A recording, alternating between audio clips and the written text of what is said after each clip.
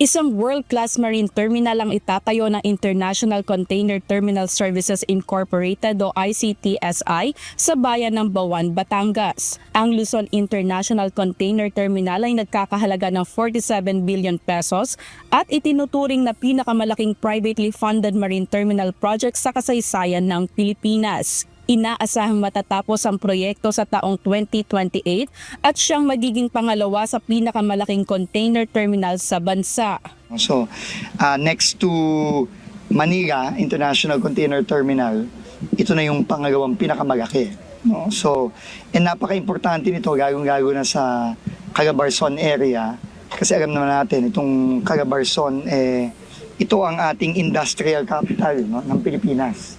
Nandito lahat ng mga factory, marami sa mga factory natin nandito, marami sa mga manufacturing natin nandito.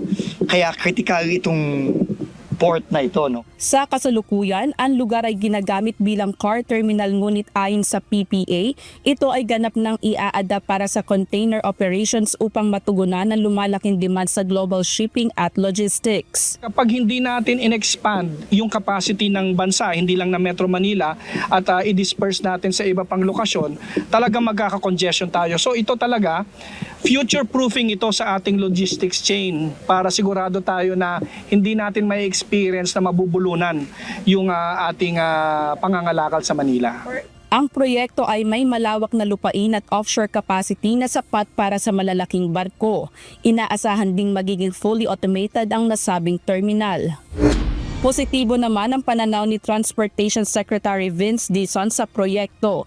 Aniya, bukod sa economic growth, isa sa mga malaking benepisyo ng proyekto ay ang libo-libong trabaho na malilikha nito, hindi lamang sa bayan ng Bawan kundi sa mga karatig lalawigan. Kinausap natin sila kanina kasi lahat gusto talagang mangyari itong project nito kasi ang daming trabaho makikreate nito, no? Libo-libong trabaho makikreate nito. Lalo na nitong terminal na to, nitong port na to, maraming planong future industrial parks and manufacturing parks, no?